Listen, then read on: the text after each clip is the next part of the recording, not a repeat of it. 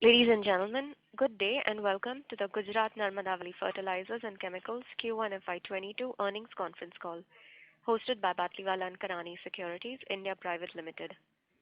As a reminder, all participant lines will be in the listen-only mode. There will be an opportunity for you to ask questions after the presentation concludes. Should you need assistance during the conference, please signal an operator by pressing star and then 0 on your touchtone telephone. Please note that this conference is being recorded. I now hand the conference over to Mr. Parth Adhyay from Batlivala & Karani Securities. Thank you, and over to you, sir. Thank you, Indra. Good afternoon, everyone, and thank you for joining us on Gujarat Narmada Fertilizers and Chemicals Q1FY22 earnings update conference call. We thank the management for giving us the opportunity to host the call. Today with us we have Mr. D.V. Parekh, General Manager and CFO, Mr. Y.N. Patel, Head of Department O&M, Mr. A.C. Shah, General Manager and Company Secretary. I would now like to hand over the call to Mr. D.V. Parekh for his opening remarks. And thank you, and over to you, sir. Thank you. On behalf of GNFC, we welcome all participants to this Q1FY22 conference call, earnings conference call. Now, the results are well before you, and you must have gone through the same. So I'm not going into, as of now, the much nitty-gritty of the results. I will take the question as and when it comes up. But I'll give you some general idea about the industry structure in which we are operating. On fertilizer front, it is somewhat muted as compared to FY21 Q1 in terms of the volume and consumption, especially a mixed fertilizer led by DAP is affected significantly. Apart from this, there are input costs which have gone up significantly in case of both urea as well as mixed fertilizer, affecting the profitability of non-urea manufacturers, especially DAP and others, and therefore the production rate has also gone down in some cases.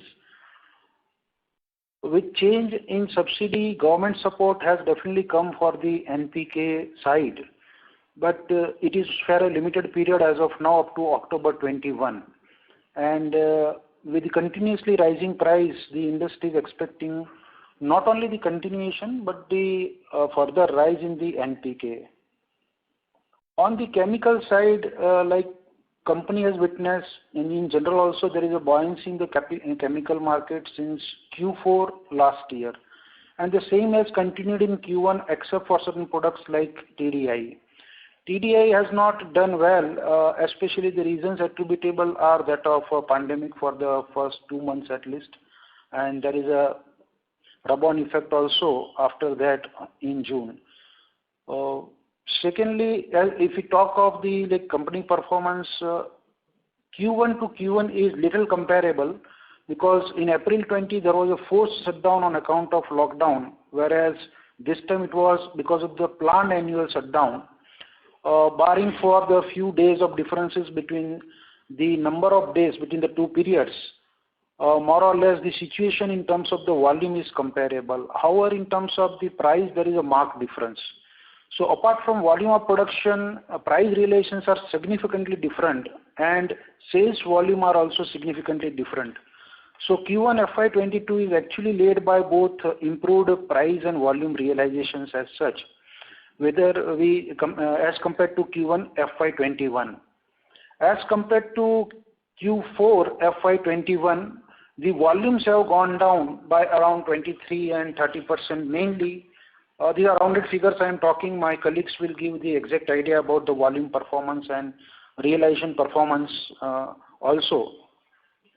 So it has gone down by almost 23 and 30%, mainly because of the availability of the product in view of the annual plant shutdown. So this has been the operating scenario for the company in Q1. And as compared to these factors, if you look at the results, there is a marked improvement both at PBT, PAT level as well as EBITDA level.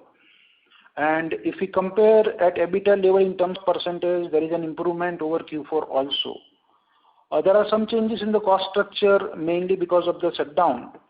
So this is broadly the scenario on the operating front for the company.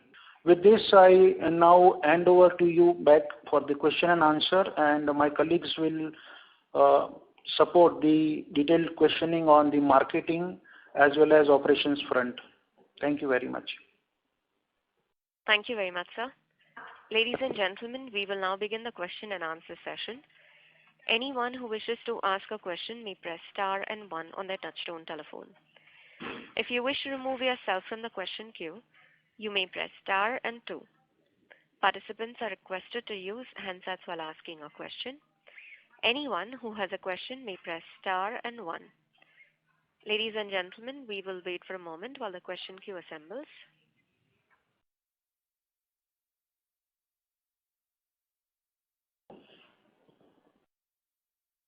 Any participant who wishes to ask a question may press star and one on their touchtone telephone.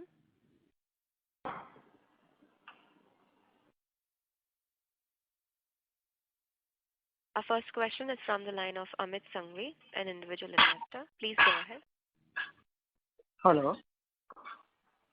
Yes. Hello. Hello. Yes, please. Yeah. Just I wanted to know the price trend from Q4 FY21 to Q1 FY22 and also from Q1 FY22 to Q2 FY22 so far. That is one thing. Another thing, whether the production and dispatches have become normal in Q2 so far. My third question is, we have a huge cash balance of approximately 1,800 crore. So I just wanted to know whether there would be any buyback of shares because we don't have any major capex in the current financial year. These are the three questions from my side. Okay. Mr. Amit Sanghvi, we have received your email as well. Yeah. On our first question, our marketing colleague will answer. Yeah. On your other two questions, the buyback part is something which we cannot comment as such as a company, whether there is active thinking or not, but we do examine various options. Okay. These are the matters of price sensitivity, so we don't comment on that. Okay. In fact, I would like to supplement that such corporate actions decisions are taken by the management at appropriate time, and it is difficult to judge what time is the appropriate time. Whatever, in fact, management feels appropriate, that time it will be considered. On your second question, whether the production volumes have normalized, yes, after the shutdown, it has normalized at both the complexes. Okay. And regarding now, we touch upon the first question where our colleagues from marketing, Sri Jiten Desai, will answer about the price trends across the periods. Good afternoon, Mr. Sanghvi. Yeah, good afternoon, sir. This is Jiten Desai. Your question is regarding comparison between Q4 last year and Q1 this year. Right. So as Parikh Sahab has mentioned, that our sales volume has gone down by 23% in Q1, basically because of the pandemic effect in the April and May. Yeah. And as far as price is concerned, our invoice value of the volume has remained intact. Means there is a 23% reduction in volume, but the overall, the gross invoice value is reduced by 21%. That means that there is some improvement in price, unit prices of the products. And as far as Q2 is concerned, which current period, July onwards, July and August, that half of the quarter has been passed. And in this quarter also, that price is sustaining. I would like to mention that out of 7 products out of 10 main products, the prices have attained historically highest level in Q4, and that is sustained yet. Okay. Yeah. Okay, thanks. Thank you. Before we take our next question, we would like to remind participants to ask a question, you may enter star and one. Our next question is from the line of Govind Lal Gilara, an individual investor. Please go ahead. Hello. Yes. Yeah. Good afternoon to all GNFC team, and congratulations for good set of numbers in spite of shutdown. Thank you. So my first question is how many days you have taken shutdown, and for which plant? For both the or one of the plant, and any shutdowns are due in current financial year going forward? That is the first question. Second question, how pricing scenario, already you have told that highest prices what we have attained, they are sustaining in 45 days of even current quarter also. That is good news. But okay, going forward, what's the outlook? That is I want to know. These are the two questions, sir. Thank you. Regarding first question, I would like to answer. We have plant shutdown of 25 days, which is our main ammonia plant, and most of the plant which are dependent on ammonia plant downstream, where the shutdown days varies depending on availability of syngas production from ammonia plant. So it varies from 23 to 25, 27, and sometimes certain plant takes time in startup also, because we call it as a cold shutdown. When shutdown is of longer duration, generally it takes a long time in stabilization.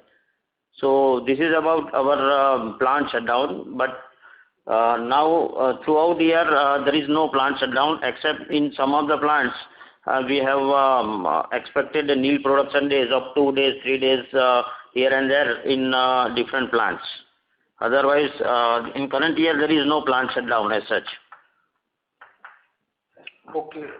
Mr. Patel covered the Bharuch complex. Yeah. The TDI2, which is the Dahej complex, also went under shutdown from the first week of June. So practically, Bharuch was under shutdown for almost close to whole of April, and Dahej plant was under shutdown for practically for June, barring few days here and there. Regarding your next question, which is on the outlook front, see, there is a dynamic situation, especially, and predominantly the volatility is always in the chemical, both on the output prices as well as input prices. So as of now, like my colleague told, Mr. Jiten Desai, he forces a fair outlook, but these are like chemicals which are subject to volatility. So this is with a pinch of caution that you have to take the information. Thank you, sir. Just for further clarification, I also keep track most of your product prices.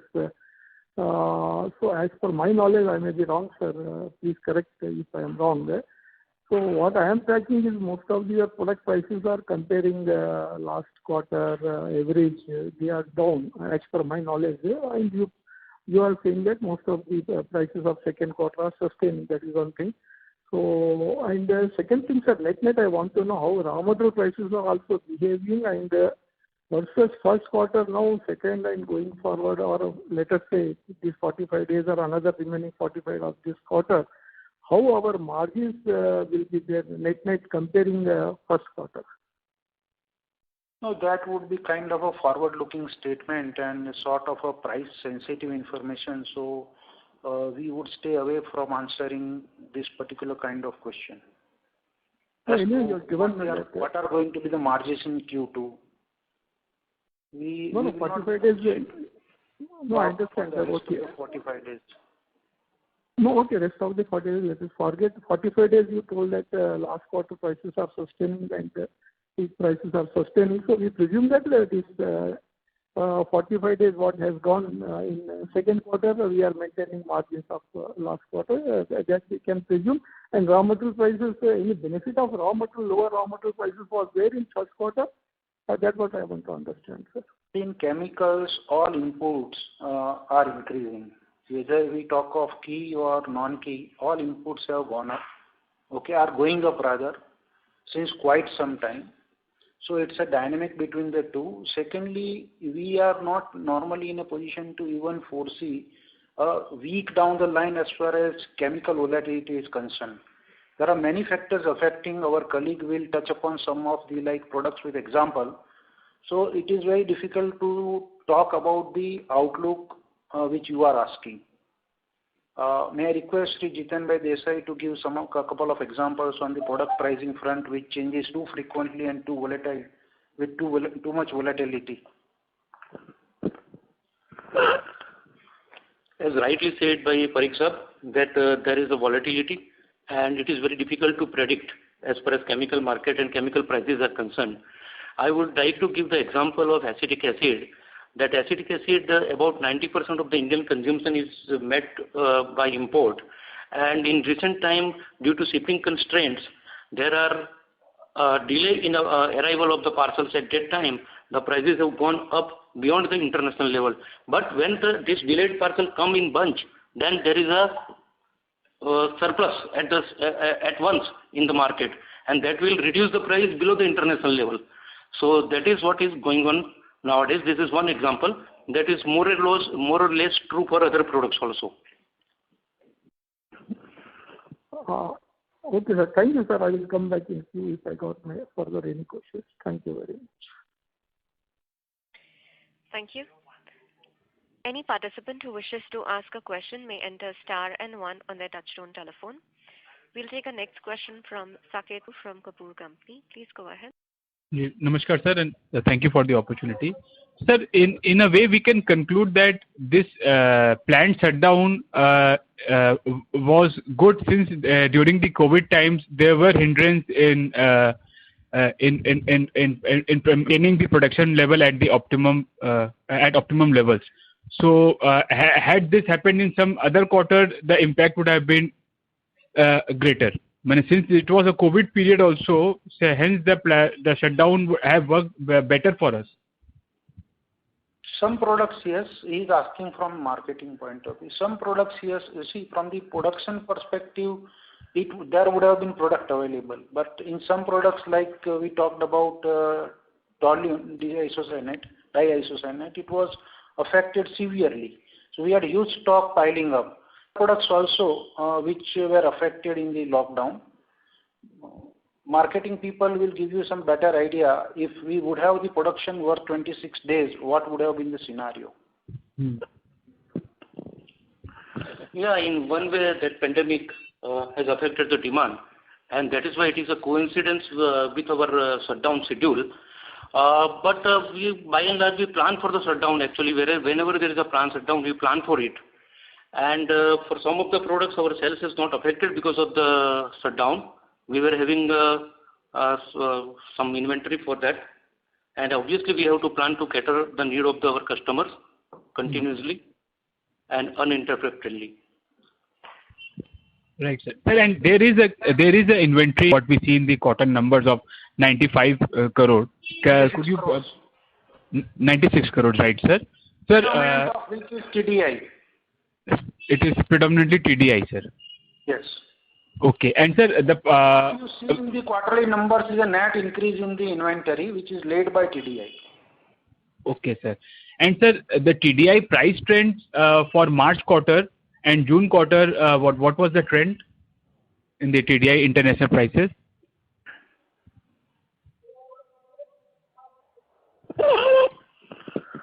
TDI prices remain steady actually. Okay, that means they are flat. There is Can you give any in the last 15 to 20 days, in last 2-3 weeks, there is slight increase. Okay, sir. In dollars, can you give some more color, sir, for what was for the March end and what are the trends currently? If you just a ballpark, March end, it is almost steady.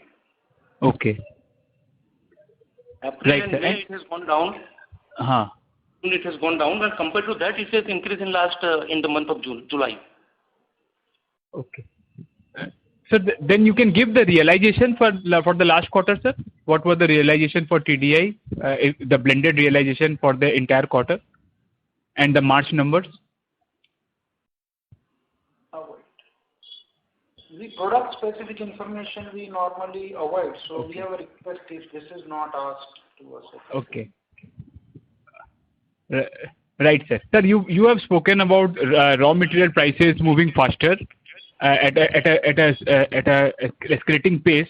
So if you could give some more color, how and what products raw material prices have played up quarter on quarter, sir?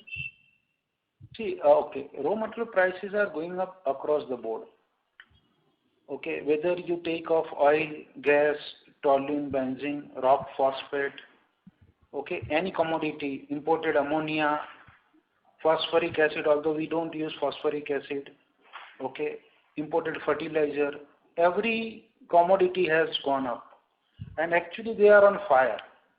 If we talk about gas, it has been on fire. If you talk about the international freight, it is also on fire. Like more than 100% change is there in case of transportation, as far as transportation of certain products are concerned.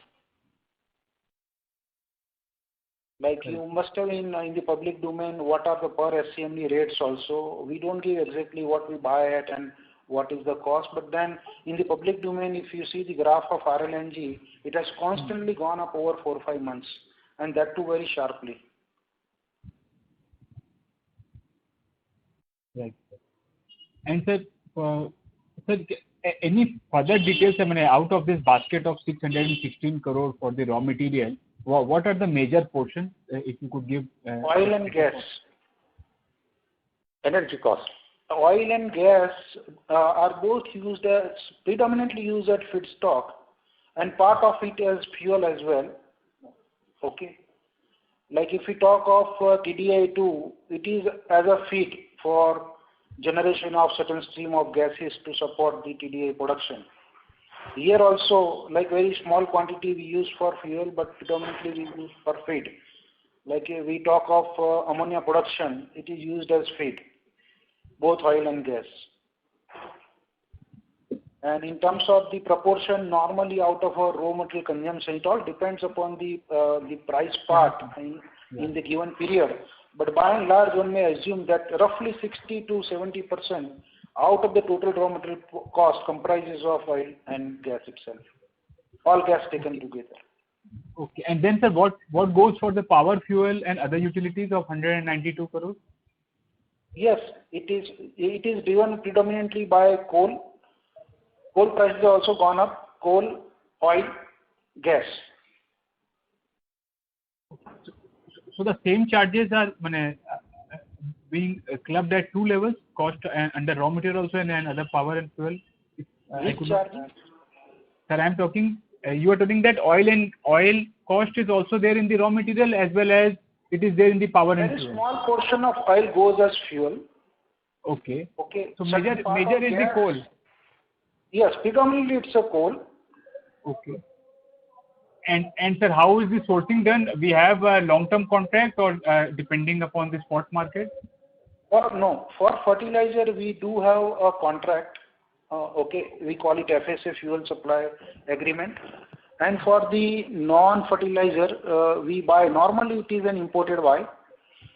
And of late the prices have gone up in the import market of coal substantially. So then there is going to be some impact definitely going forward also on account of coal charges also. Since the prices have moved up. In spite of the increased material prices, it all depends upon what is finally the difference which we maintain in the output price and the input cost. So far it has been profitable and we hope it is going to be to our advantage in time to come. But if somebody wants us to quantify, it is difficult. Correct. And there are talks also, sir, for revision in the fertilizer prices again because of the unabated rise, as you have told about raw material prices. Sir, if and hypothetically, what kind of price rise are we contemplating just to support the inflation created due to the raw material prices, jump in the raw material prices? Okay. See, there are two factors. This is actually a government decision, so which is not possible to comment from our side. Right. As far as impact is concerned, all mixed fertilizer companies are subject to the scanner of government because they are auditable for the kind of margins they are keeping. And there is a Department of Fertilizer guideline to keep certain margin, not beyond that. So which almost tantamounts to profiteering otherwise. Sir, but fertilizer business, we are on wafer thin margin only. How can we think of even profiteering and all? No. Your question is how much the government will. Yes, sir. That is what I'm seeking. So, with the increase in raw material price trends in the fertilizer segment, how much should be the increase so that it will compensate our margins at these levels? See, if you see, this change came on 20th of May, okay? Before that also, there was an increase in the cost, which is across fertilizer industry, the burden is absorbed company. So it is difficult to say when there will be a revision. If that revision is there, it will come as a respite actually to the otherwise increasing cost. And for certain NPK producers, there could be a decision also required whether to continue or not continue the production, because ammonia prices has gone, all the input prices, phosphoric acid, rock and ammonia have gone up significantly. If you look at the last trailing 12-month information which is otherwise available in the domain, public domain, there is a sharp rise in all the three. In fact, in some product it is more than 100%, in other product it is close to 100%. So these are the impacts on the fertilizer industry. And what happens normally, public sector units or the government run companies are substantially there apart from the cooperative sector, so which supports irrespective of the profitability. So they don't close down the plant. Like in our case also, we don't close down because of that reason. Apart from that, we have certain integration also, so we can't close down and take at times hit also if required. And you must have seen, like this time we have turned profitable, otherwise overall fertilizer segment has shown losses because of various under recoveries which industry also face and we also face. We face more predominantly because we don't expand on the volume terms, especially in urea and NPK here at Bharuch complex. And even otherwise with likely commencement of around 1.27 million tons of 4 refineries, there is going to be a substantial closure in terms of what we have the country is importing and what is the total demand. If you look at the statistics of NPK plants, they more than 40% of the capacity, depending upon the prices, remain idling out within the country. Sir, I missed your last 2 points. The 1.27, some numerical figure you gave, and the last comment. There was a disruption. If you could repeat. Okay, in case of NPKs, see, there are around 40% capacity which are not operational because of one or the other reason normally. Okay. This is mainly because, see what happens, although we say it's a decontrolled market, practically it's a controlled market. Why? Because for a manufacturer, there is a cost of production and only it is offset by a certain subsidy which is decided under NBS route, nutrient-based subsidy route. Now the rest is on their account only, whereas product prices are not going up substantially because of the competition. And at times when the product prices go up, there is a government intervention also. And like last time what happened, most companies thought of increasing the prices, some companies did.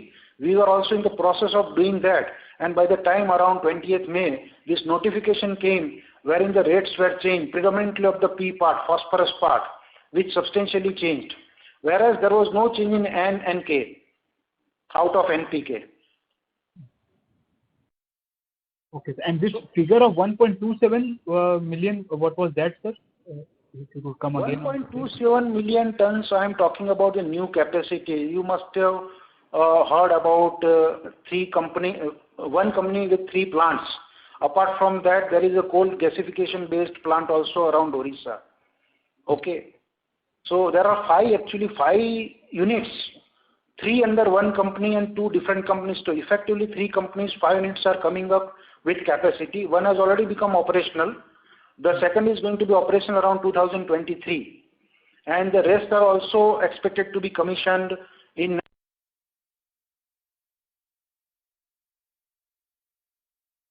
Hello. Ladies and gentlemen, it looks like the management line is disconnected. We request you to please hold the line. We will rejoin them back to the call. Please do not disconnect.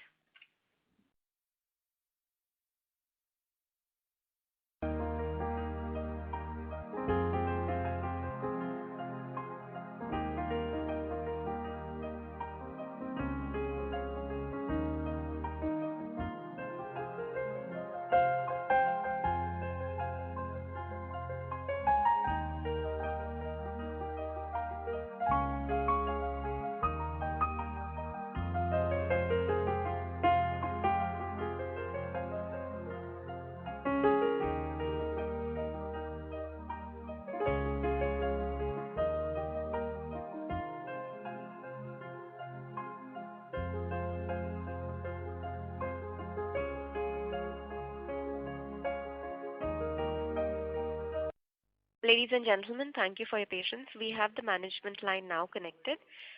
Mr. Kapoor, once the management completes responding to your answer, to your question, we request you to please return to the queue.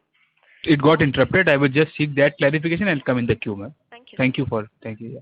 Yes, sir. Please complete that 1.27 million ton part of the story, sir. 3 players you were telling. Yeah. See, 1 unit, 3 units are that of Hindustan Urvarak. The one is at Talcher and another is Ramagundam. Talcher and Ramagundam are a separate entity, whereas 3 other plants are under HURL. Ramagundam has already started the production and the rest 4 are also expected to start the production in next couple of years' time. There are different timelines. They keep on getting rescheduled. But we may expect that next 2 years this capacity should be operational, and the import of last year there was 9 million tons which were imported, so it should come down to that extent is what we hope in case of urea. Whatever we discussed, 1.27 into 5 is only in case of urea. Okay. ठीक है sir. Thank you. Thank you. Before we take our next question, we would like to remind participants to ask a question. You may enter star and 1. Next question is from the line of Vipin Gosar from Invesco Mutual Fund. Please go ahead. Yeah, good afternoon, sir. Sir, briefly you touched upon this question, but my idea is to understand QOQ, how the spreads have moved in key Mr. Gosar, I'm sorry to interrupt, but you're sounding as if you're far from the phone. Can you just switch to a handset mode if it's on a speaker? Is it getting better or is it still bad? A little better, sir. That's fine, so you may proceed. Yeah. Sir, if you can help us understand how the spreads of key chemical products have behaved for the quarter, especially for TDI and aniline, acetic acid, formic acid.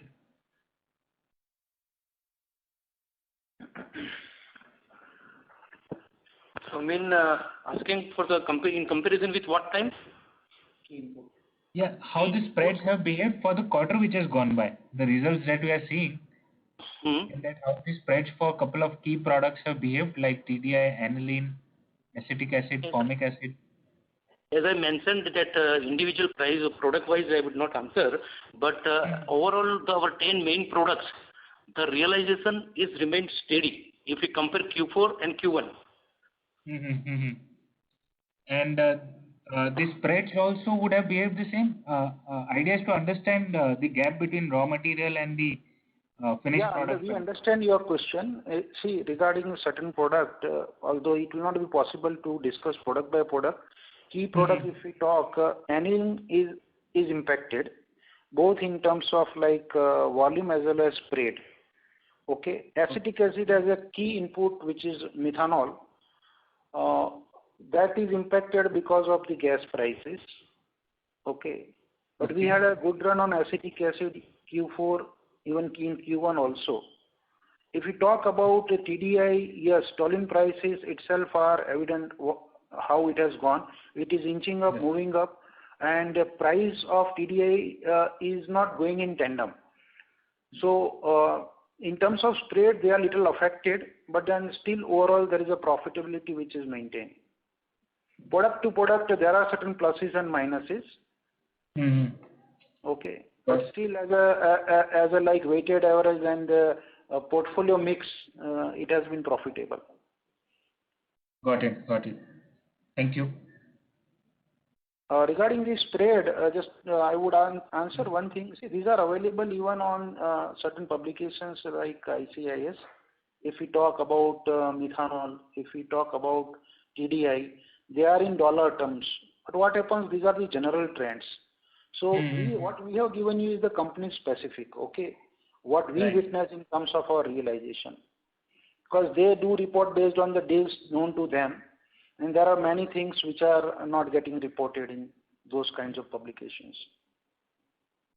Got it, sir. Thank you. Thank you. Anyone who has a question may enter star and one. Our next question is from Govind Lal Gilara, an individual investor. Please go ahead. I hope, sir, our all capex plan are on tap as we have discussed in our previous quarters. Okay, regarding capex, see, these are manufacturing companies. So once it undertakes capex, it has a transition time of a couple of years at least. So quarter to quarter, the plan does not change, and the capex part was well covered in the last quarterly earnings call. If there is a specific question, we might answer that.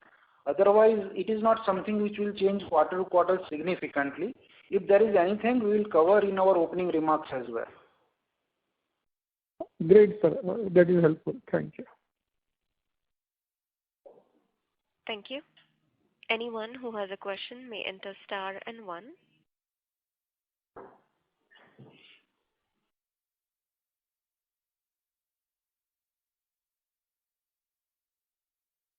Ladies and gentlemen, if you wish to ask a question, you may enter star and one on your touchtone telephone. We'll take our next question from the line of Parth Azia from B&K Securities. Please go ahead. Thank you, sir. So, want to understand, are these higher freight costs also leading to higher prices? And if they are, what would be the extent to which the prices are higher because of them? Actually, your voice we heard in a ruptured manner. Could you be little louder and closer to the mic? Am I audible now, sir? Yeah. Yeah. Yes. So I wanted to understand if the higher freight costs are also leading to higher prices of these products, and if they are, to what extent would the prices be higher because of them? No. See, both are rising. That is different part, but it is not necessarily because of the higher input cost. The output prices are also higher. Okay. So many products we are absorbing at the cost of margin also. Okay. So it is not that if our cost will go up, it will go up. It is not like an urea thing, which is a total pass-through on variable cost part. But normally we have a reason to believe, like we take the case of ethyl acetate. We have a reason to believe because as the special denatured spirit, which is used as input there, has gone up significantly. There is a scarcity across world market. And therefore, we have a reason to believe that ethyl acetate price will not come down. If it comes down, there will be effects on the manufacturer, substantial effects on the manufacturers. So we have a reason to believe, in spite of like a kind of surplus market, we are not like importing ethyl acetate practically in this country. But then, in spite of that, we will see the prices to remain at robust level, which are already at higher level. Our marketing people will talk more on that. Example. Yeah, this example of ethyl acetate is a very perfect example. This product, we are surplus. India is net surplus, and it is an export-driven product. As far as these two major raw materials are there for ethyl acetate, one is the acetic acid and one is ethanol, denatured spirit. Now, the price hike of denatured spirit is such a way that for no manufacturer it will be feasible to sell at lower level, at certain level. So the product of about 55,000 rupees will not be affordable if price goes below 85 or so.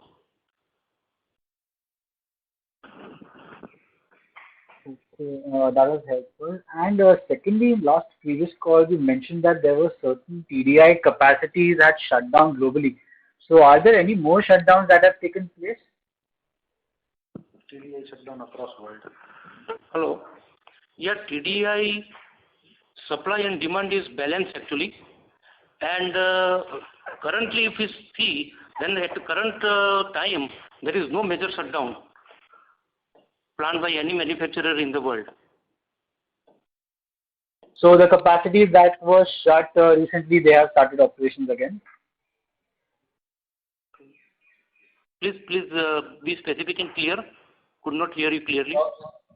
So there were a couple of capacities that you mentioned were shut. So they have restarted now? Yes, last quarter, yes.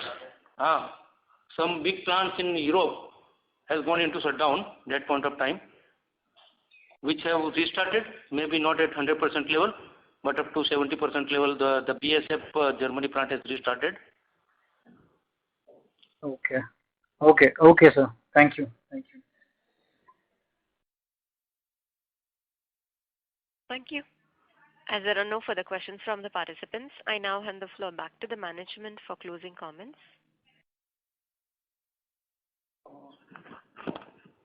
We thank you, Batliwala and Karani, for holding this call as well as all participants. Okay. More than this, there is nothing specific from our side. Yeah. Thank you very much. We conclude this conference. Thank you so much for the arrangements. Thanks a lot. Thank you, members of the management. Ladies and gentlemen, on behalf of Batliwala and Karani Securities, that concludes this conference. Thank you for joining us, and you may now disconnect your lines.